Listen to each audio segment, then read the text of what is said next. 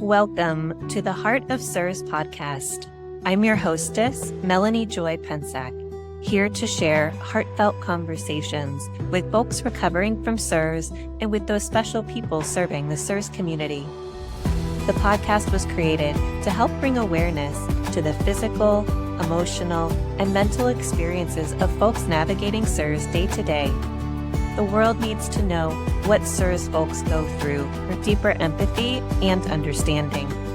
Through stories and vulnerability, we can help the world understand the winding journey of CIRS recovery. Thank you for being here to open your mind and to open your heart. Today on the Heart of CIRS podcast, I'm very excited to have Justin Carlson here.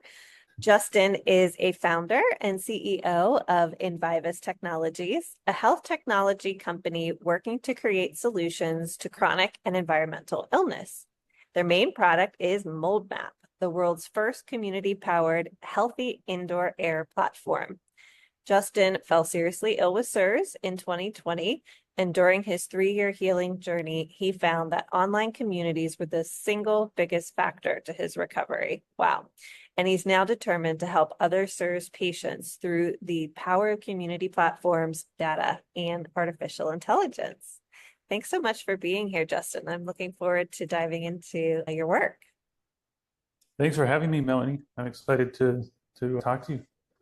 Let's start out by you briefly sharing some of the key points around how you feel like you developed CIRS and where you are in your recovery now. Yeah, for sure. And it's funny you said briefly because it can be hard to really encapsulate. It seems that it's often such a long journey. In looking back at my journey, so I didn't find out about CIRS until 2020. I got very sick. It was a combination of stress was a big part, and then there's, of course, environmental factors. But I think really I definitely had chronic illness from a young age, at least 17, 18 years old. But I really think I had CIRS that started around that time, 17, 18, because that's when my chronic fatigue syndrome started.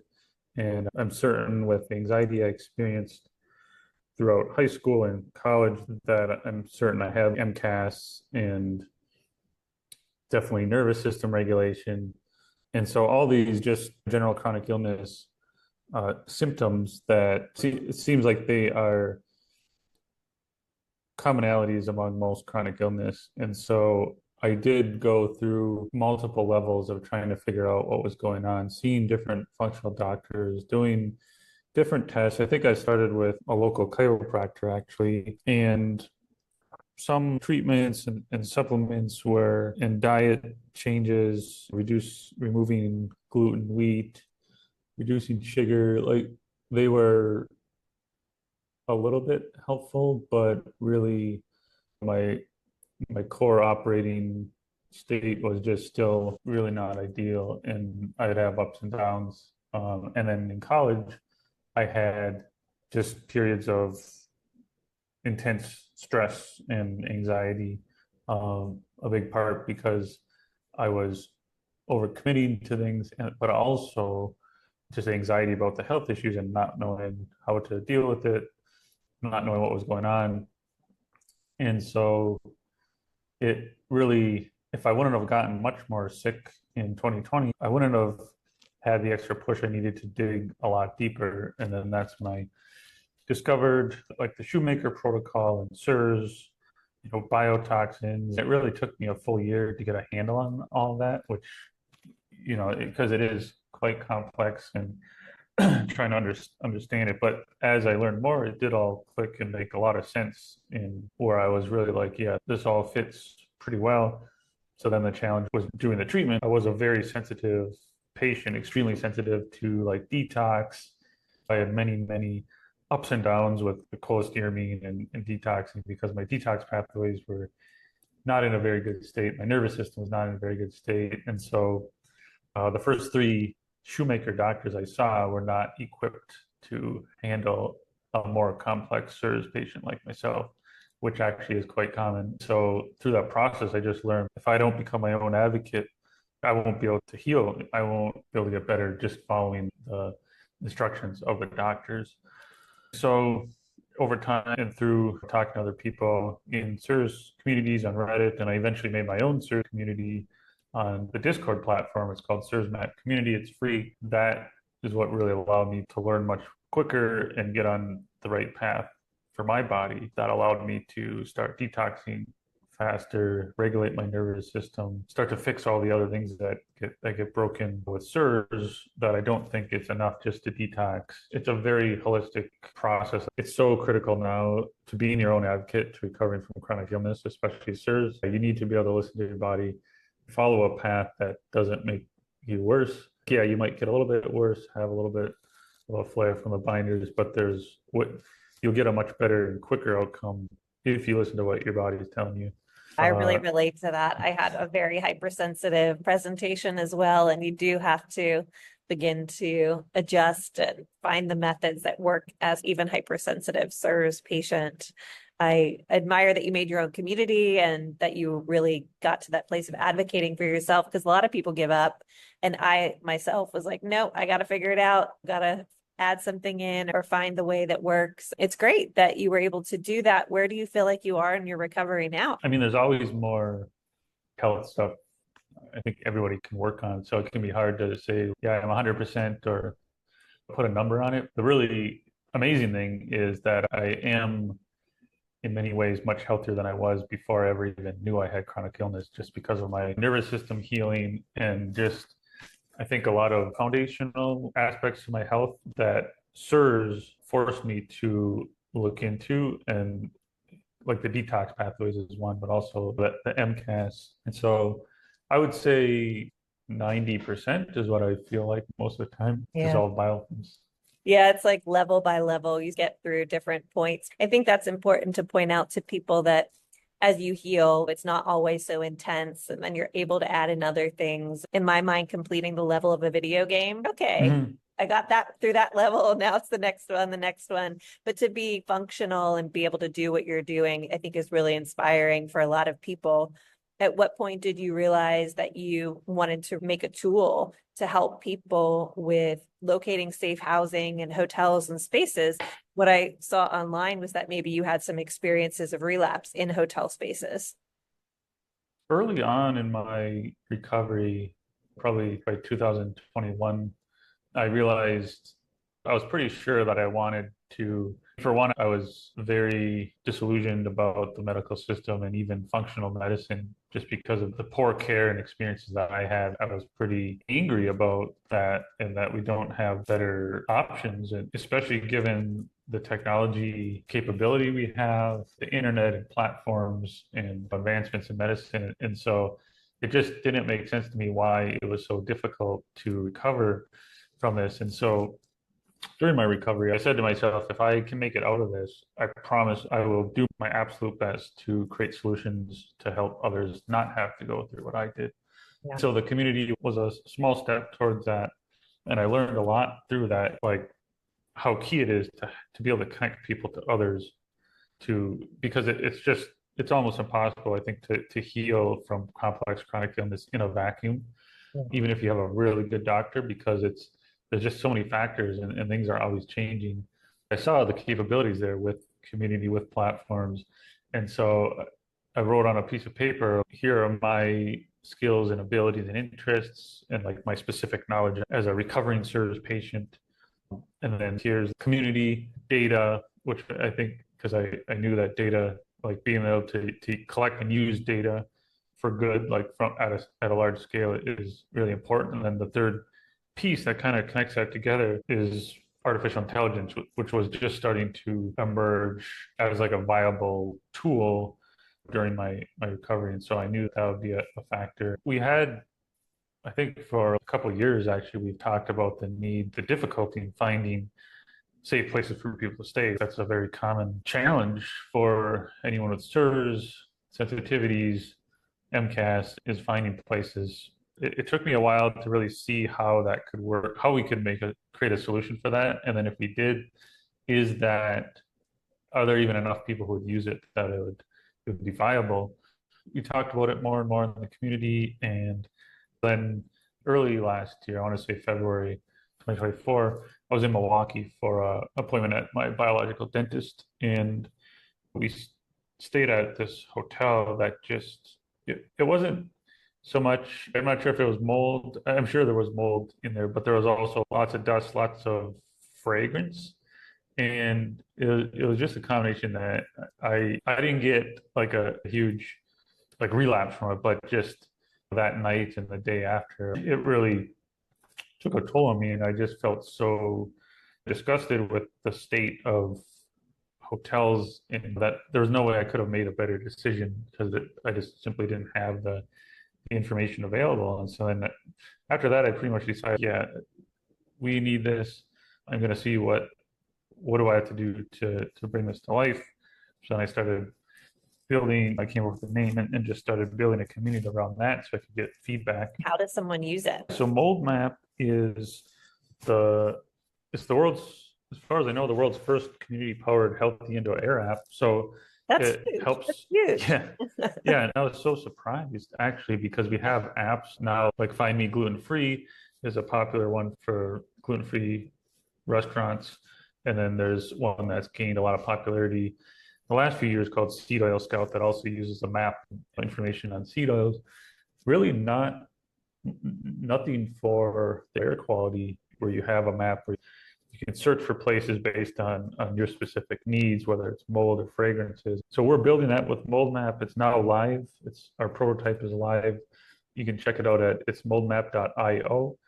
Eventually, we will have a mobile app for it that'll make it even easier to use it. But yeah, you can register on Mold Map for free, and you can easily review places. So really, Mold Map is powered by user reviews. And so if you stay somewhere that's, whether it's good or bad, you can leave a review on Mold Map and let people know what your experience was like. And we also will be, so when you sign up, you can indicate what your perceived sensitivity level is. And so, because one thing I observed and I should give a shout out to the mold free traveling Facebook group, because they were, I think, one of the first and currently the largest Facebook groups for where they've been collecting this information for a few years. And that helped me quite a bit in understanding what we needed for the platform. They were able to provide us with more than 1,300 location reviews that we could preload into Mold Map before we launch. So going back to the sensitivity, you can indicate what your sensitivity level is, so that when you leave a review, other people can take your review into better context for how it applies to them. So we're working to, over the next month, add some more features for different environmental factors, like tags for factors that are relevant for like fragrances or like HEPA filtration. Do the windows open?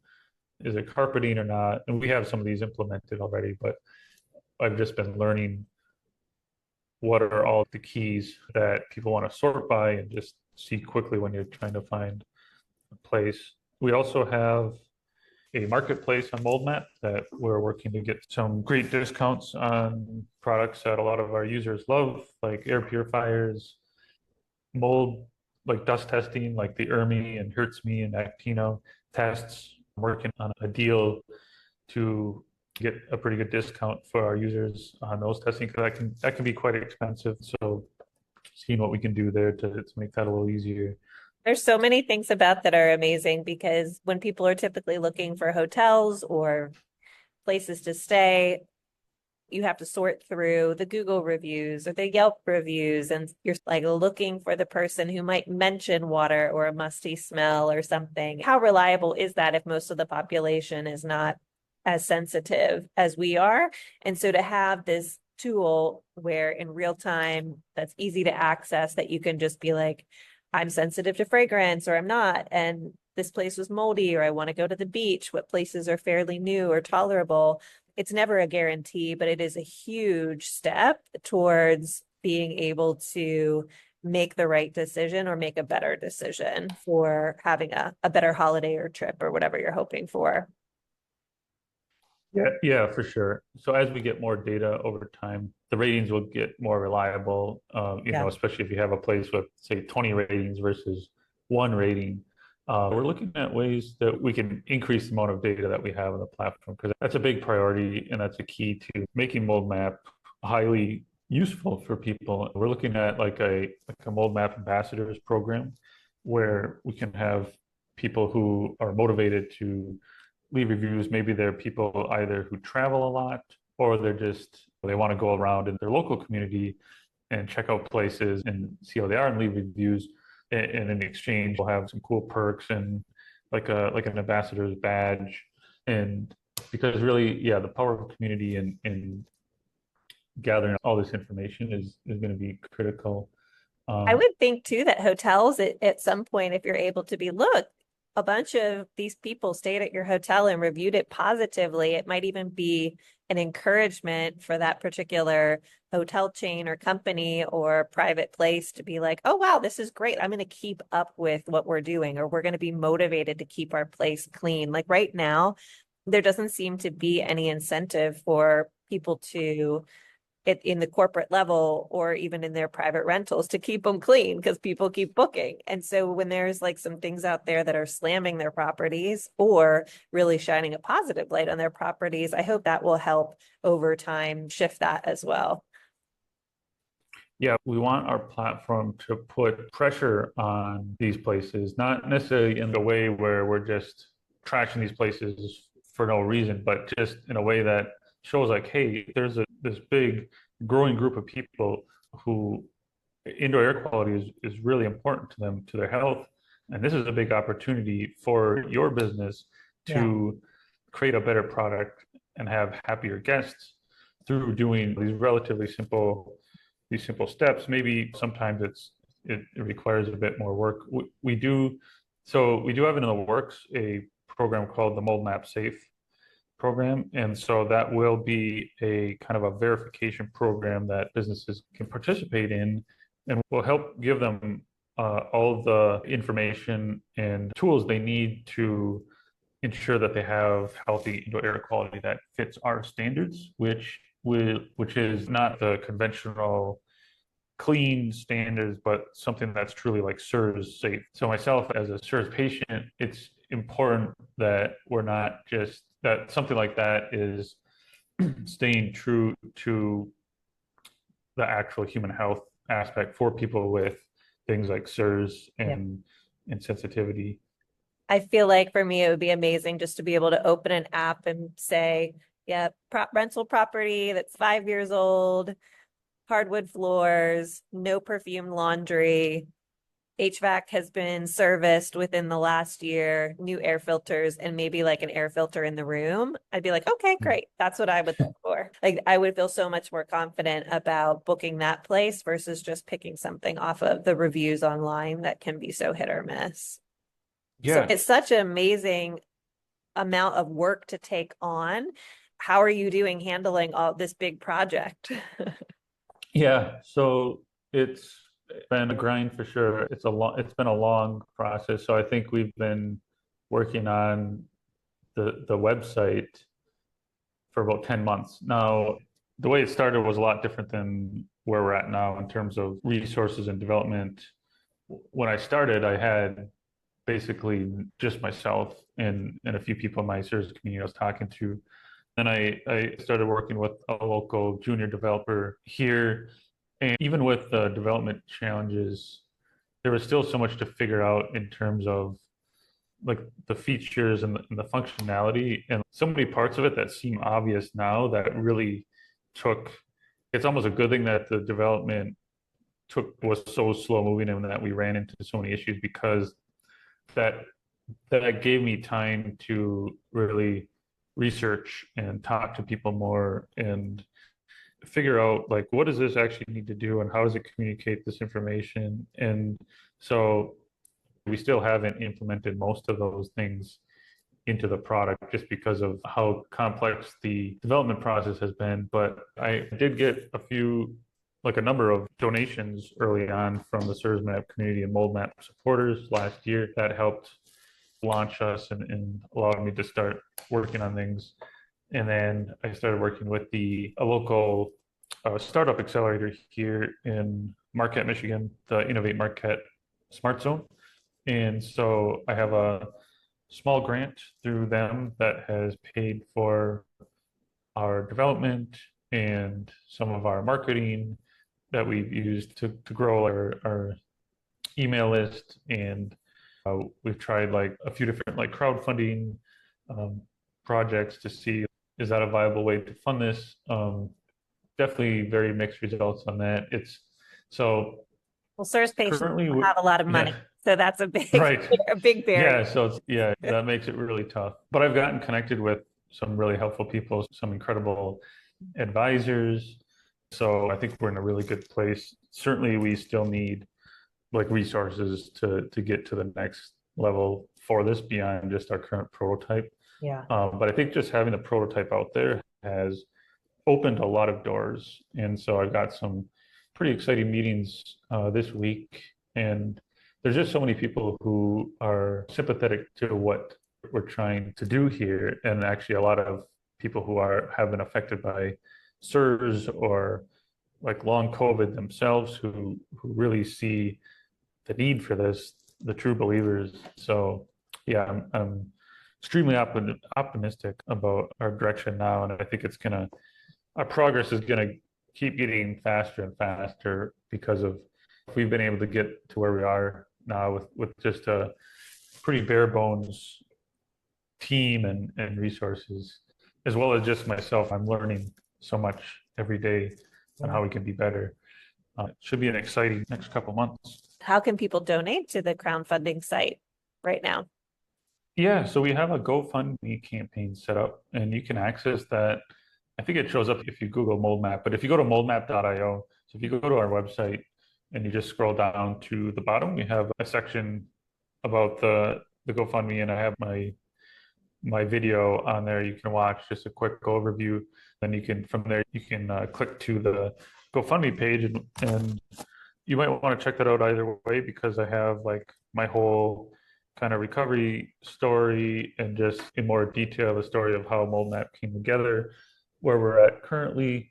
Our goal is to raise $100,000 through the GoFundMe because that's really what we need to get to the having like a full standalone mobile app that makes MoldMap more accessible, but also will give us all I think the features that people have been expressing they want, and then just programs to help continue building our community, getting more data.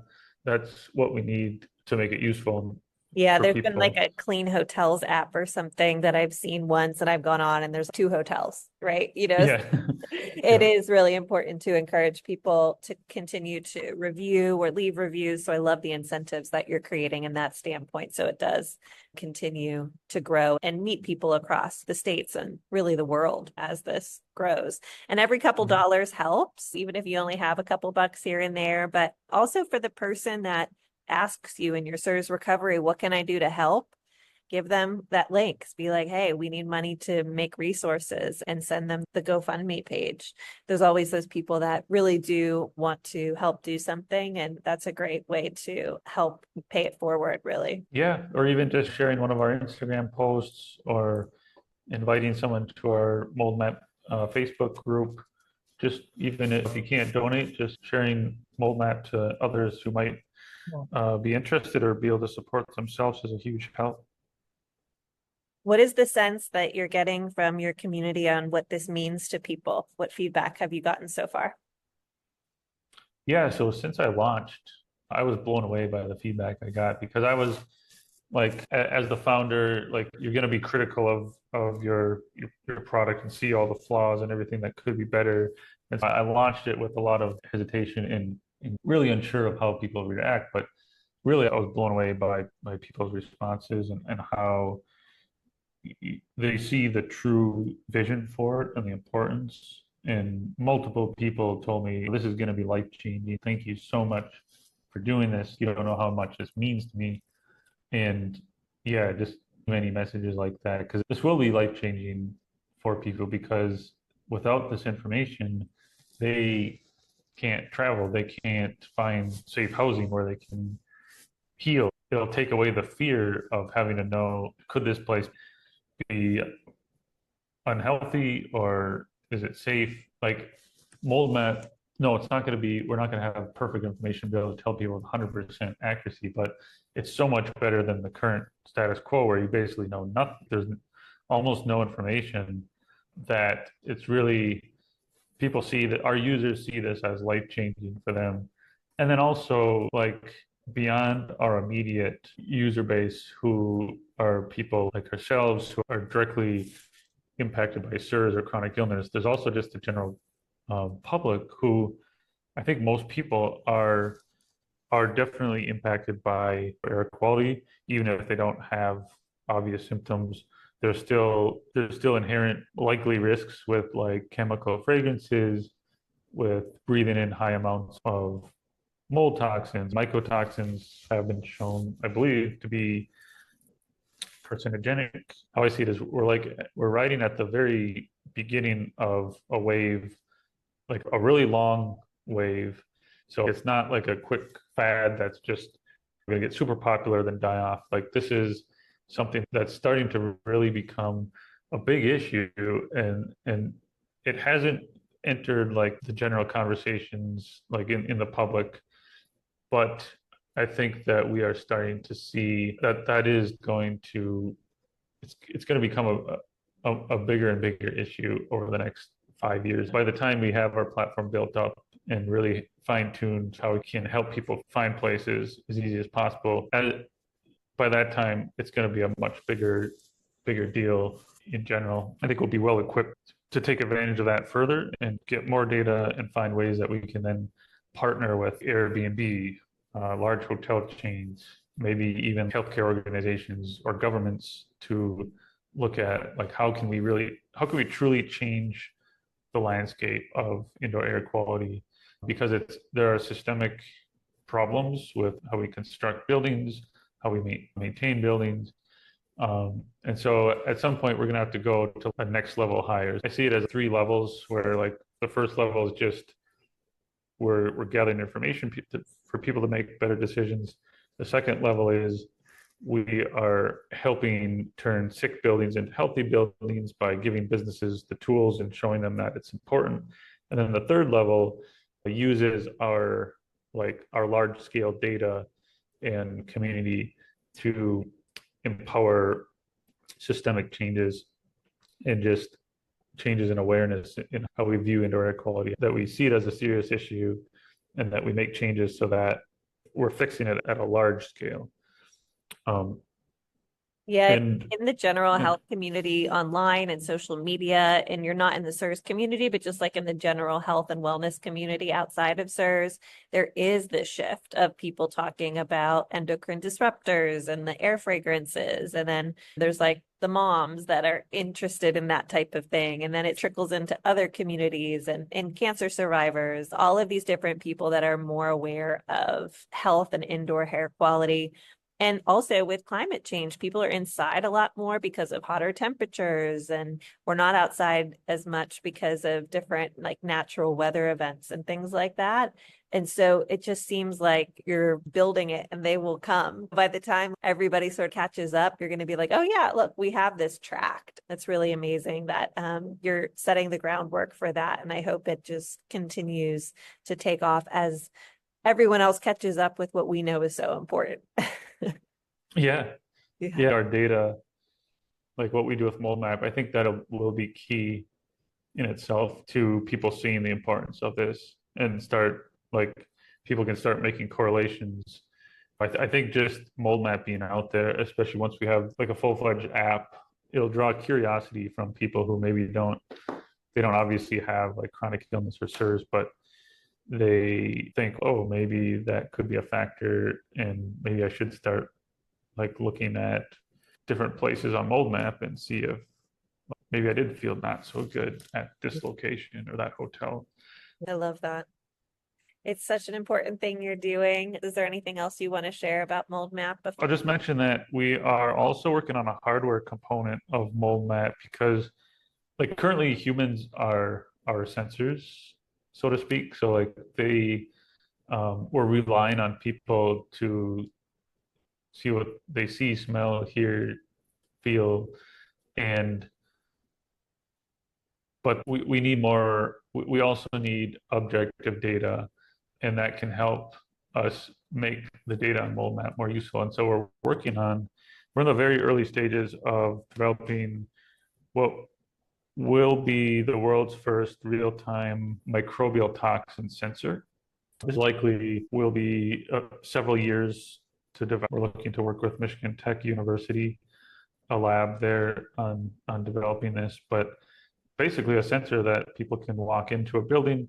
It tells them if it's like unsafe, potentially unsafe, or likely safe based on toxins from mold, bacteria, basically the key CIRS toxins. So mold, like Actinomycetes, bacteria, and then endotoxins. So gram-negative, gram-positive bacteria toxins. So that's a longer term aspect of Invivis in mold map, and that would tie into mold map. The goal really is to eventually have just a huge network of sensors that tie into mold map and give us like a really good idea of what's safe and what's not. And we don't have to, people don't have to as much learn the hard way, what's good and bad, and then review it. But yeah, we'll be sharing more of that in the mold map, in our newsletter, in the mold map community as we get to the next milestone.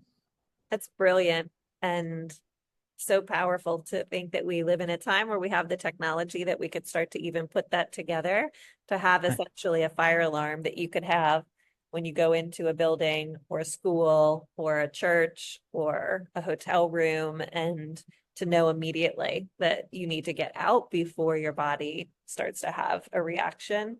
It would be amazing. So definitely support Justin in his work, share those, spread the word, donate if you can, and get in touch and stay in contact with this community so you can see all of these great things grow. The last couple of questions that I have for you, I ask of people that come on the show. What do you wish people in the world knew about CIRS?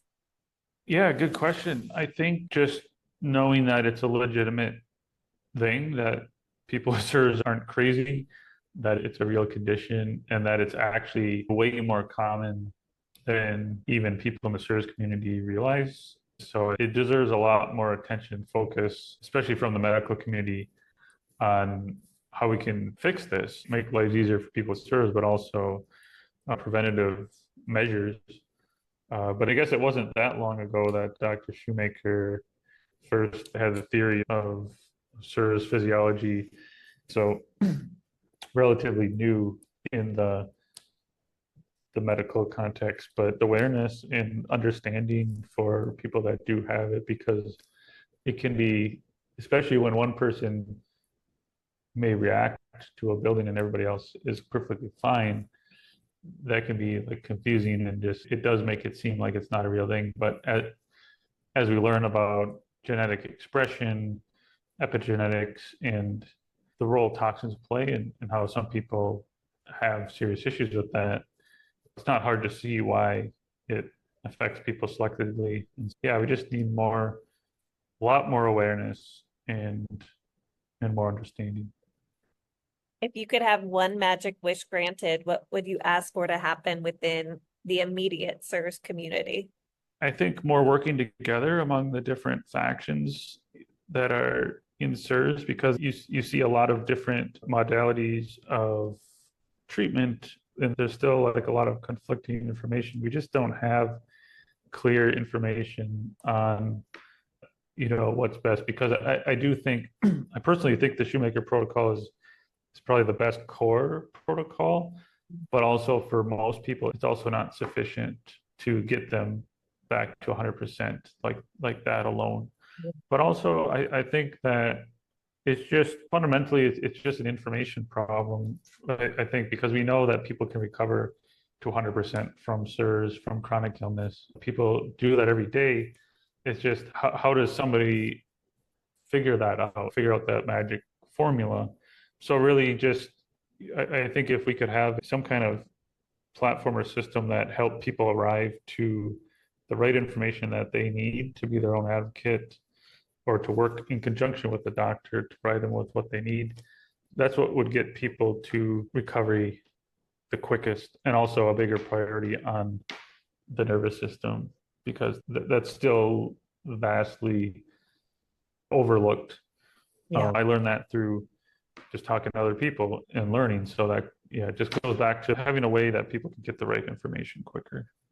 Yeah, there's myself and a couple other people in the Proficiency Partner and Shoemaker group that are really working on trying to develop archetypes for those patients that come through, like watching patterns, and hopefully in the next couple years coming up with the CIRS plus patient, because you certainly have Yeah. people that come through that are pretty early on, maybe had one mold exposure and they can get through the protocol. But then you have the other people that have developmental trauma in their history, or they have current trauma in their history, or they have tick-borne co-infections, or they have some other sort of comorbidity. I think I'm really invested in that type of work where we start to educate. If you have a patient with these additional red flags, they might need to take this or add this into their path. Because I, like you, I feel like the Shoemaker protocol is like the North Star, but I have co-infections. And so that has been like a piece of my protocol. And I work in the nervous system mental health world with being a mindfulness teacher.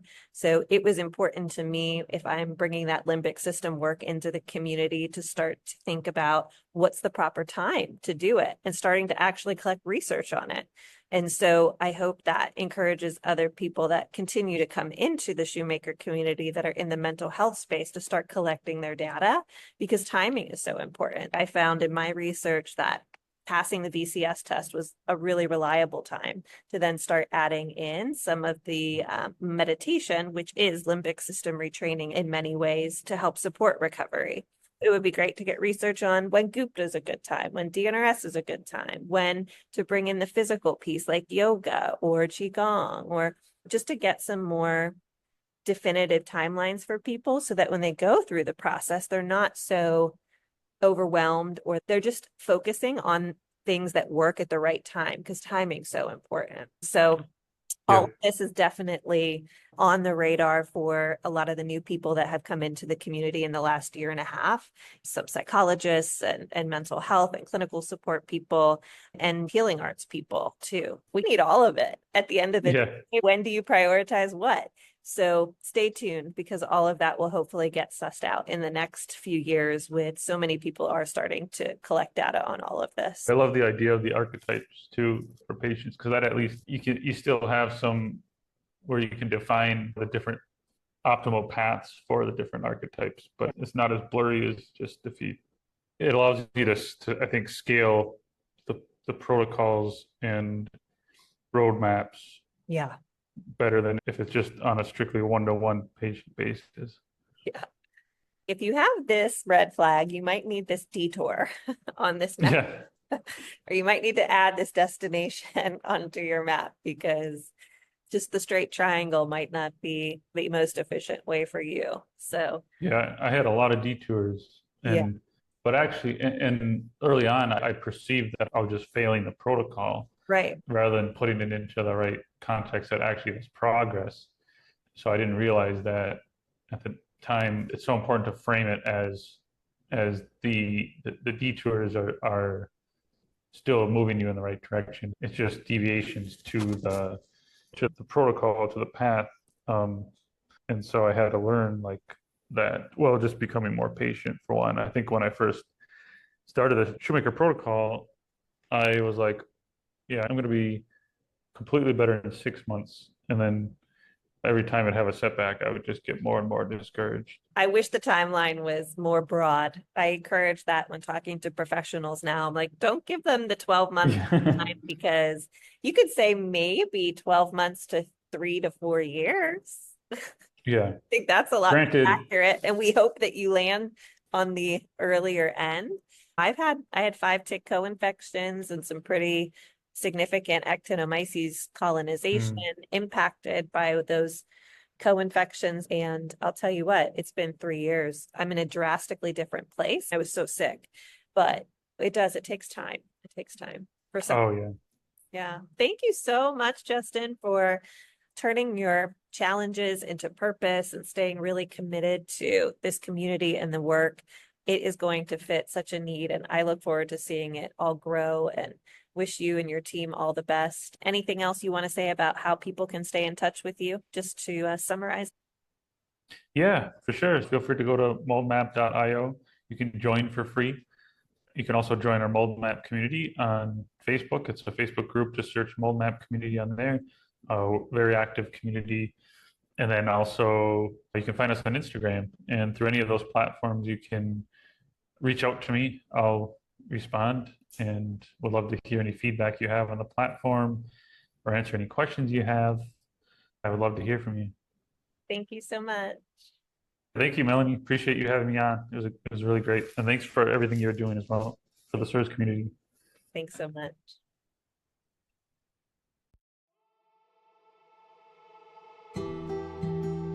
Thank you for listening and for your kind attention. To keep in touch, follow the Heart of CIRS podcast on Instagram. You can visit melaniepensack.com/the Heart of CIRS to donate. Your generosity helps to keep this podcast growing. May the awareness of CIRS spread far and wide, helping to change millions of lives for the better.